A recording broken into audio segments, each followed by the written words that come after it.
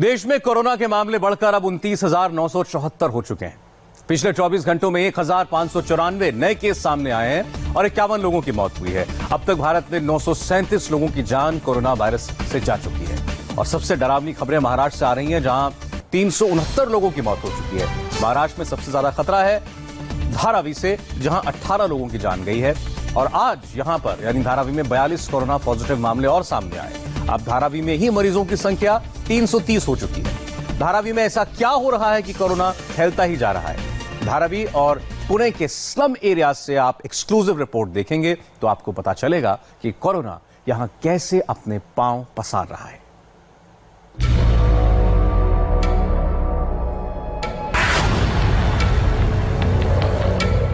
Asia की सबसे बड़ी झोपड़पट्टी धारावी।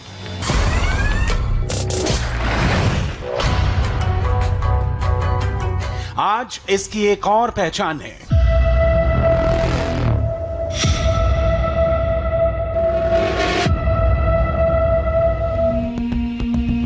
मुंबई का सबसे बड़ा कोरोना हॉटस्पॉट, 2 वर्ग किलोमीटर का इलाका, आबादी 10 लाख से भी ज्यादा, 81,000 झोपड़ी,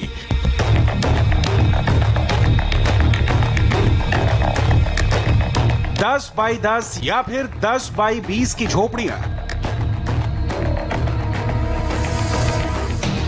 एक कमरा और रहने वाले 8 से 10 लोग।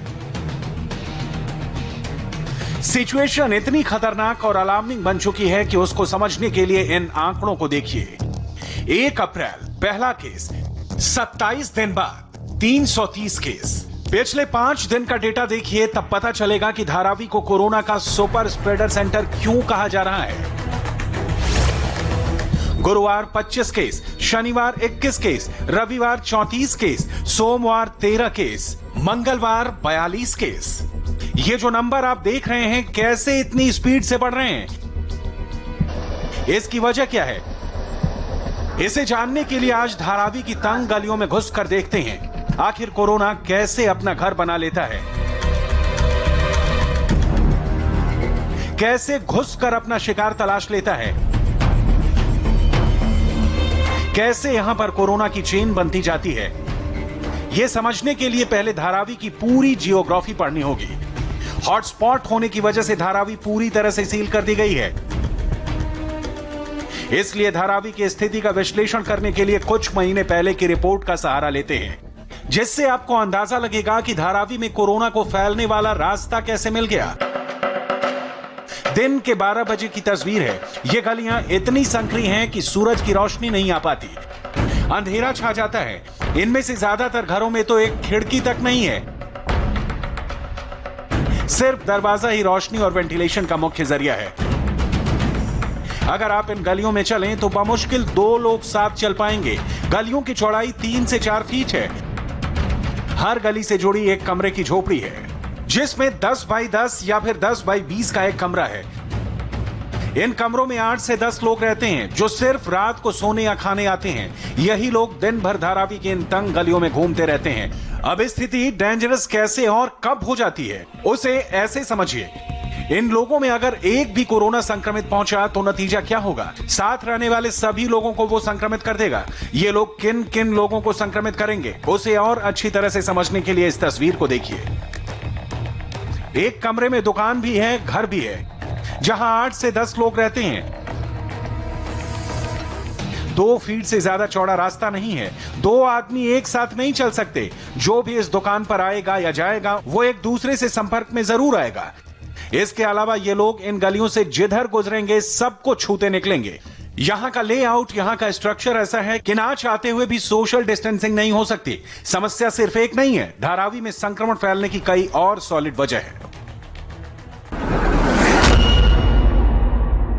धारावी जैसी घनी आबादी वाली इलाके में कोरोना का संक्रमण लगातार बढ़ता जा रहा है और ये संक्रमण इसलिए भी बढ़ता जा रहा है और प्रशासन के सामने चुनौती इसलिए भी है कि यहाँ पर काफ़ी सक्रिय हुई छोटी छोटी गलियाँ हैं, छोटी छोटी झुग्गी है और 10 बाय 8 से भी कम के कमरे हैं, जहाँ पर एक ही कमरे में है कई सारे लोग रहते हैं। जहाँ पर हम आपको दिखाना चाहेंगे, देखिए एक छोटा सा मकान है, इस मकान में छोटा सा मकान है और इस मकान में 4 से 5 लोग जो है रह रहे हैं।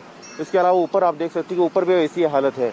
और तमाम जो झुग्गियाँ झोपड़ियाँ है वो इसी तरह से छोटे छोटे जो है मकान हैं, जहाँ में ना आदमी ठीक से बैठ सकता है ना ठीक से सो सकता है। 73% लोगों के पास पर्सनल टॉयलेट नहीं है। एक नल और एक पब्लिक टॉयलेट का इस्तेमाल करते हैं। एक पब्लिक टॉयलेट को 60 से 70 लोग रोजाना इस्तेमाल करते हैं। डर लगता है ना, क्योंकि कॉमन बाथरूम है इधर 850 झोपड़पट्टी को यही बाहर का बाथरूम भी है, तो इतने सारे लोग आते हैं, इसके लिए बच्चे लोग को जाने के लिए ज्यादा डर लगता है। डर बोले तो ये अभी कोरोना है उसके लिए तो लगता ही है, बाहर भी कोई जाते नहीं हम लोग, घर के अंदर बाथरूम जाने में इस्तेमाल करने में टॉयलेट में तो डर लगता है। जैसे आपने कि ये जो बुजुर्ग औरत है ये कह रहे हैं कि 850 लोगों के लिए मात्र एक कॉमन टॉयलेट बाथरूम है और इसकी भी साफ सफाई जो है ठीक से नहीं होती है। ऐसे में लोगों के मन में डर है और लोगों ने खुद से ही पैसे इकट्ठा किए हैं, कंट्रीब्यूशन निकाला है और वो उन्होंने एक आदमी को यहाँ पर रखा है साफ सफाई के लिए। तो इससे आप अंदाजा लगा सकते हैं कि इलाके में कितना डर है और क्यों कोरोना जो है इस इलाके में फैल रहा है। ऐसे में आप हाइजीन की स्थिति का अंदाजा लगा सकते हैं। ऐसी स्थिति में लोगों का यहाँ सोशल डिस्टेंसिंग का पालन कर पाना नामुमकिन है। एक दूसरे से घर सटे होने की वजह से ये लोग बिना एक दूसरे के संपर्क में आए अपने रोजमर्रा के काम ही नहीं कर सकते। यही सबसे बड़ी वजह है कि ये घातक वायरस तेजी से फैलता जा रहा है। धारावी सरकार के लिए एक और वजह से चैलेंज बनता जा रहा है। वो जगह है धारावी का डेथ रेट ग्राफ, जो बेहद चिंताजनक है। अब तक संक्रमितों में से 14 की मौत हो चुकी है। कोरोना के संक्रमण की धारावी की डेथ रेट 4.86% है, जो सबसे ज्यादा प्रभावित महाराष्ट्र की एवरेज डेथ रेट 4.20%, गुजरात की 4.57% और दिल्ली की 1.85% से ज्यादा है। यहां सवाल है कि आखिर धारावी कैसे बना कोरोना का हॉटस्पॉट? तो उसकी एक सबसे बड़ी वजह है तबलीगी जमात। 1 अप्रैल को धारावी में पहले संक्रमण से 56 साल के व्यक्ति की मौत हुई थी। उससे भी तबलीगी जमात के लोग मिले थे। मुंबई पुलिस ने फिर 12 जमातियों को पकड़ा है। ये भी दिल्ली से 23 मार्च को लौटकर धारावी की मस्जिद में गए थे। जमातियों के 2 जत्थे 29 फरवरी और 3 मार्च को भारत आए थे और बाद में जलसे में शामिल होने के लिए मरकज पहुंचे थे। 23 मार्च को मरकज से लौटने के बाद 22 दिन तक धारावी समेत कई इलाकों में घूमते रहे। 12 जमाती, 12 में से 10 इंडोनेशिया के नागरिकों को गिरफ्तार कर जेल भेज दिया गया है। सभी 12 जमाती मुंबई आने के बाद पश्चिम बांद्रा के एक अपार्टमेंट में 29 मार्च से रह रहे थे। इनमें 6 महिलाएं और 6 पुरुष थे। पुलिस ने सभी को एक होटल के क्वारंटीन सेंटर में रखा था। 12 में से 2 जमाती कोरोना पॉजिटिव पाए गए थे। संक्रमण फैलने की एक वजह तबलीगी जमात हो सकती है, लेकिन सच तो यह है कि कोरोना को पनपने के लिए धारावी जैसे कम घनत्व और ज्यादा आबादी वाली झोपड़पट्टियां मुफीद हैं, जिसका नतीजा आपके सामने है। मुंबई के धारावी जैसे घनी आबादी वाले इलाके में कोरोना के संक्रमण को रोकने के लिए बीएमसी प्रशासन ने इलाके के 350 प्राइवेट प्रैक्टिशनर डॉक्टर्स को कहा है कि वो पीपीई सुरक्षा किट ले और अपने क्लिनिक खोले, लेकिन अभी भी डॉक्टर जो है क्लिनिक खोलने के लिए तैयार नहीं है। ज़्यादातर डॉक्टर्स ने अभी भी अपने क्लिनिक जो है वो बंद ही रखे हैं। बीएमसी के पास 24 डॉक्टर्स है, 20 वार्ड बॉय है और 50 नर्सेस है, और लाखों की आबादी में ये संख्या कितनी कारगर है, इस पर भी सवाल उठता है।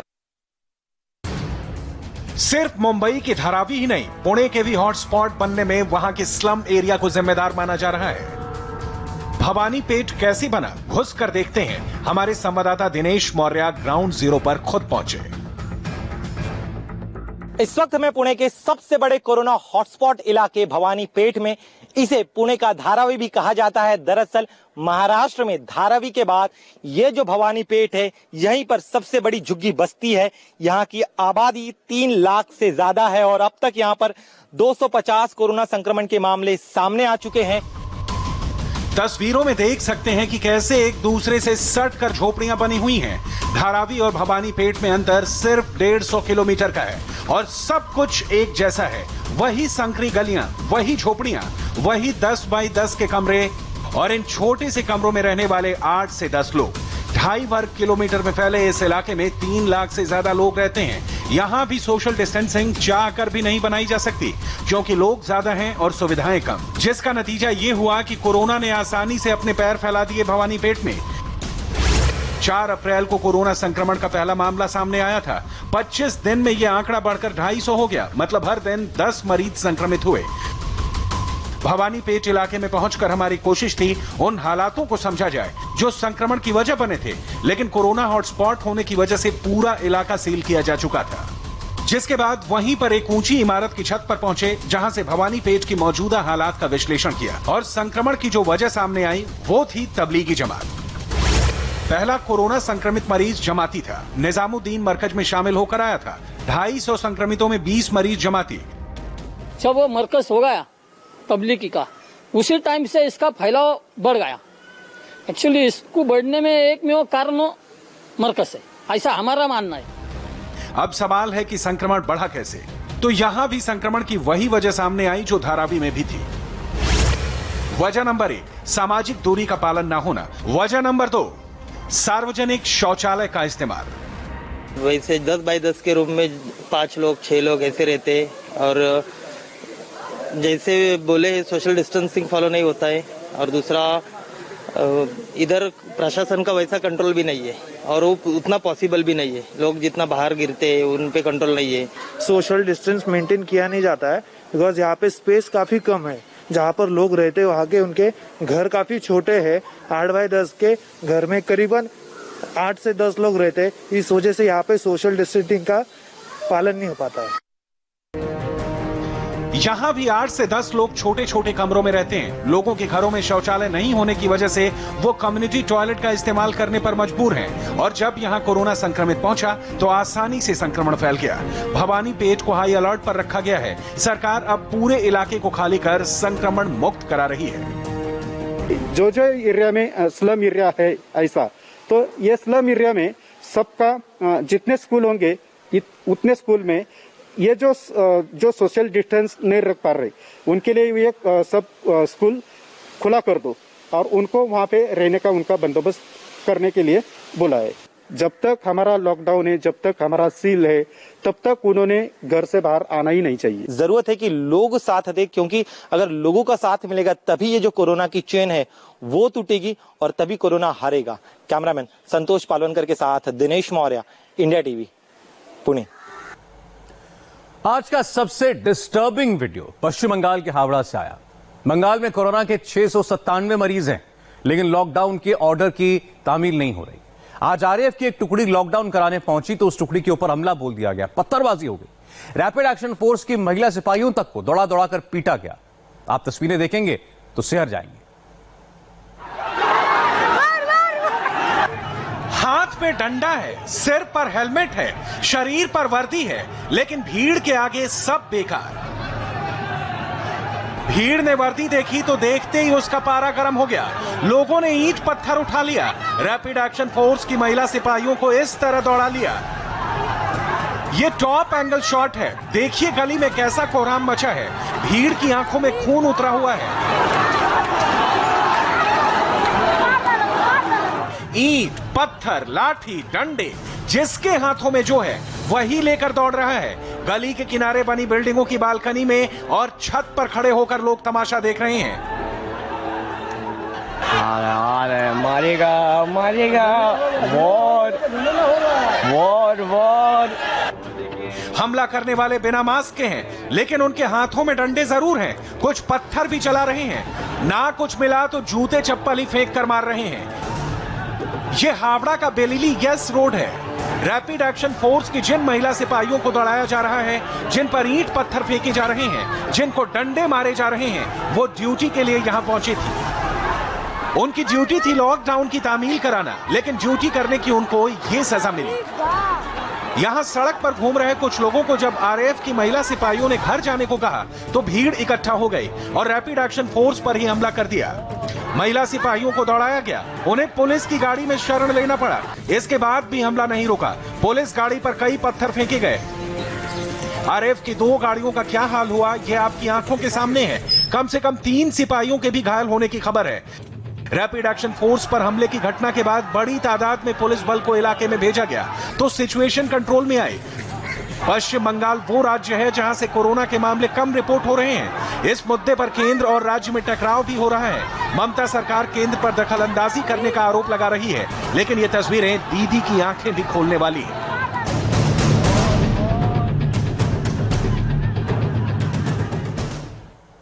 बार बार कहा जाता है कि कोरोना से बचना है तो लॉकडाउन में रहना है। जो लॉकडाउन नहीं मान रहे हैं वहां पर क्या होता है, इसे समझने के लिए हिंदुस्तान से जरा बाहर चलते हैं। आपको अमेरिका लेकर चलते हैं, जहां कोरोना नए रिकॉर्ड बना रहा है। चीन से निकले इस छोटे से वायरस ने इतनी बड़ी सुपर पावर को घुटनों पर ला दिया। महाबली अमेरिका भी कोरोना का कुछ नहीं बिगाड़ पा रहा। 10 लाख बीमार, 57,000 लोगों की मौत। सुपर पावर अमेरिका ने ऐसा संकट पहले कभी नहीं देखा, कम से कम पिछले 70 साल में तो बिल्कुल नहीं। अपनी ही धरती पर इतने नागरिकों की मौत अमेरिका की सोच से भी परे है। जहां हर एक नागरिक की जान अनमोल समझी जाती है, उस देश में 57,000 जाने गई हैं। महाबली अमेरिका बेबस है। एक छोटे से वायरस के आगे सुपर पावर लाचार है। अमेरिका के पास सुपर स्मार्ट एटम बम है, 7th जनरेशन के फाइटर प्लेन्स हैं, धरती के एक छोर से दूसरी छोर तक मार करने वाले इंटरकॉन्टिनेंटल बैलिस्टिक मिसाइलें हैं।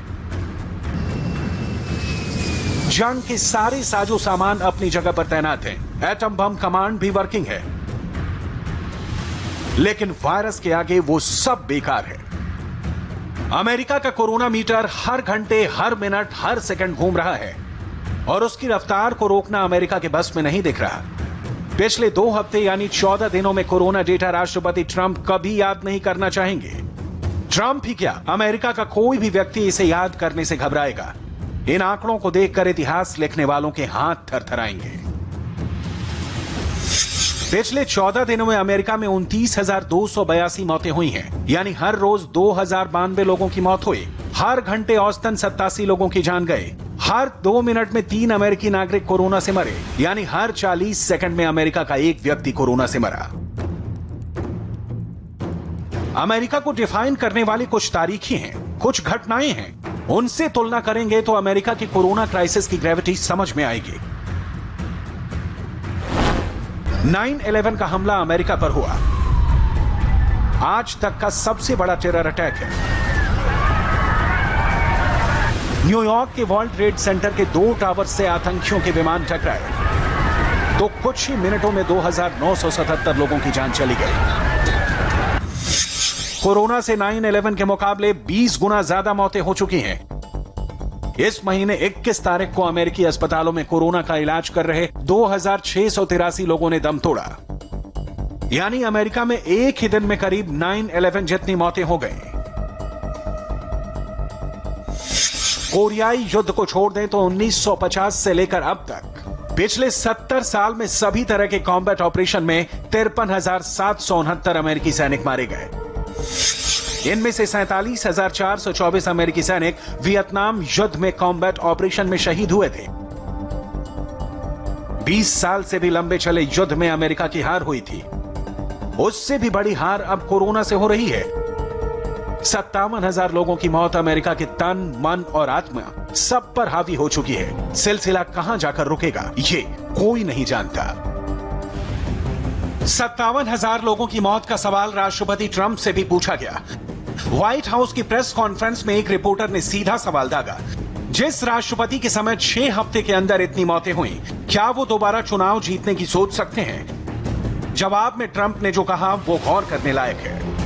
हाँ, हमने बहुत लोगों को खो दिया है, लेकिन अगर आप शुरुआती प्रोजेक्शन को देखें तो 22 लाख लोगों के मरने की आशंका जताई गई थी। हम 60,000 या 70,000 के करीब हैं। ये बहुत ज्यादा नहीं है। मुझे लगता है कि हमने कुछ अच्छे फैसले लिए हैं। हमने बॉर्डर बंद करने का बड़ा फैसला लिया। यकीनी तौर पर जो अमेरिका के नागरिक नहीं है उनको रोक सकते थे, लेकिन यहाँ के नागरिकों को नहीं रोक सकते। हम ये नहीं कह सकते कि आप नहीं आएंगे। मुझे लगता है कि हमने बहुत से अच्छे फैसले किए। माइक पेंस और उनकी टास्क फोर्स ने बेहतर काम किया है। मुझे लगता है कि सभी लोग वेंटिलेटर्स पर काम कर रहे हैं। आप देखिए कि हमने कुछ अविश्वसनीय काम किए हैं। प्रेस अब वेंटिलेटर्स के बारे में बात नहीं करना चाहता, लेकिन ठीक है, मुझे फर्क नहीं पड़ता। आज सुबह न्यूयॉर्क और वॉशिंगटन में छपे अमेरिकी अखबारों की हेडलाइन देखें तो हेडलाइन में कोरोना मिलता है। न्यूयॉर्क टाइम्स हो या वॉशिंगटन पोस्ट या फिर यूएस टुडे, हर जगह वायरस का ही खौफ दिखता है। अमेरिका को नहीं मालूम कि इस दुष्चक्र से बाहर कैसे निकलें। दुनिया में कोरोना के मरीजों की तादाद 31 लाख के करीब पहुंच चुकी है, जिनमें से 1/3 सिर्फ अमेरिका के हैं। अकेले न्यूयॉर्क में 3 लाख से ज्यादा कोरोना केस हैं। ये नंबर पूरे एशिया के कोरोना नंबर से ज्यादा है। न्यूयॉर्क के कोरोना नंबर चीन से कई गुना ज्यादा है। न्यूयॉर्क में कोरोना से मौतों का आंकड़ा 23,000 के करीब है। कोरोना कैजुअलिटी के मामले में न्यूयॉर्क चीन से 5 गुना आगे जा चुका है। अमेरिका के एक शहर न्यू जर्सी में हिंदुस्तान से 4 गुना ज्यादा कोरोना मरीज हैं। वेंटिलेटर्स और पीपीई किट की कमी से जूझ रहे न्यूयॉर्क के डॉक्टरों के वीडियो आपने भी देखे होंगे। न्यूयॉर्क टाइम की इस हेडलाइन के मुताबिक WHO की आशंका है कि कोरोना अभी खत्म होने वाली बीमारी नहीं है। इस साल कोरोना की वैक्सीन आने की उम्मीद भी नहीं है, यानी 57,000 तक पहुंचा मौत का आंकड़ा अभी रुकने वाला नहीं है। इन सब के बावजूद अमेरिका में दूसरी तैयारी हो रही है। वॉशिंगटन पोस्ट की इस रिपोर्ट के मुताबिक ट्रंप को जनवरी और फरवरी में लगातार खुफिया रिपोर्ट दी गई थी कि वायरस फैल रहा है, लेकिन उस ब्रीफिंग की अनदेखी की गई। अब ट्रंप सरकार को बिजनेस खोलने की जल्दी हो रही है। We're doing everything in our power to heal the sick and to gradually reopen our nation. बीमार लोगों के इलाज और देश की इकोनॉमी खोलने के लिए हमारे हाथ में जो कुछ भी है हम वो सब कर रहे हैं।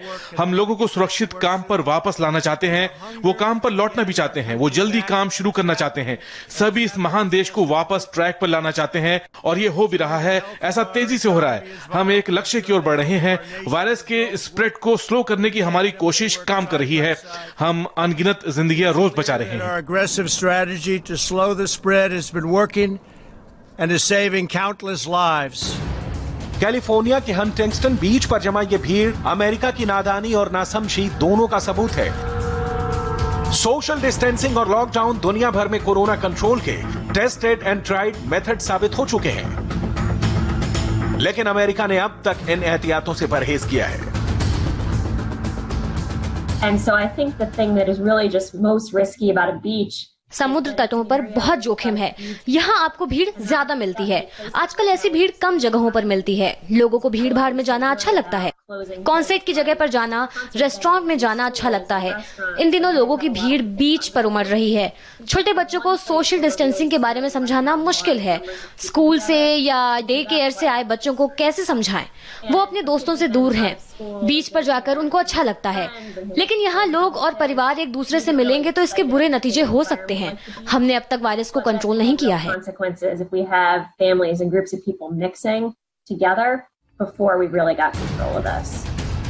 अमेरिकी लोग मर रहे हैं, लेकिन सरकार को इकोनॉमी को हो रहे नुकसान की चिंता है। कोरोना के कारण ग्लोबल इकोनॉमी बंद है। सबके साथ अमेरिका को भी नुकसान हो रहा है। IMF ने अमेरिकी अर्थव्यवस्था में 5.9% नुकसान की आशंका जताई है। ग्लोबल लॉकडाउन बढ़ने पर यह नुकसान ज्यादा भी हो सकता है। इकोनॉमी बंद होने के कारण अमेरिका में बेरोजगारी दर पहले ही आसमान पर पहुंच चुकी है। व्हाइट हाउस के सीनियर एडवाइजर आशंका जता चुके हैं कि कोरोना की वजह से आई मंदी द ग्रेट डिप्रेशन यानी 1929 की महामंदी से भी भयानक हो सकती है। लेकिन जिंदगी को बचाना इकोनॉमी को बचाने से ज्यादा अहम है। इस बारे में अमेरिका हिंदुस्तान से बहुत कुछ सीख सकता है। भारत में मोदी सरकार ने इकोनॉमी का नुकसान उठाकर भी लोगों की जान बचाने को प्राथमिकता दी। अमेरिका को अब भी इकोनॉमी की चिंता है। भारत में 500 मरीज होने पर ही संपूर्ण लॉकडाउन किया गया। अमेरिका में ऐसा आज तक नहीं किया गया। बेशक हिंदुस्तान में कोरोना के मरीज बढ़े, लेकिन हमने कोरोना की रफ्तार रोक रखी है, जबकि अमेरिका में कोरोना बेकाबू है। हिंदुस्तान संसाधनों के मामले में अमेरिका की बराबरी नहीं कर सकता। तकनीक के मामले में भी अमेरिका आगे है, लेकिन कोरोना कंट्रोल के जो मेथड भारत ने अपनाए उसकी तारीफ पूरी दुनिया में हो रही है। आज ब्रिक्स देशों के विदेश मंत्रियों ने कोरोना कंट्रोल पर वीडियो कॉन्फ्रेंसिंग की। ब्राजील, रूस, भारत, चीन और दक्षिण अफ्रीका के विदेश मंत्रियों की मीटिंग में भारत के तौर तरीकों पर लंबी चर्चा हुई। चीन समेत सभी देशों ने भारत की तारीफ की। कोरोना वैश्विक महामारी है, पूरी दुनिया इससे जूझ रही है। अभी तक इसकी वैक्सीन नहीं बनी है, इलाज की कोई दवा नहीं मिली है, फिर भी इसे काबू में करने की उपाय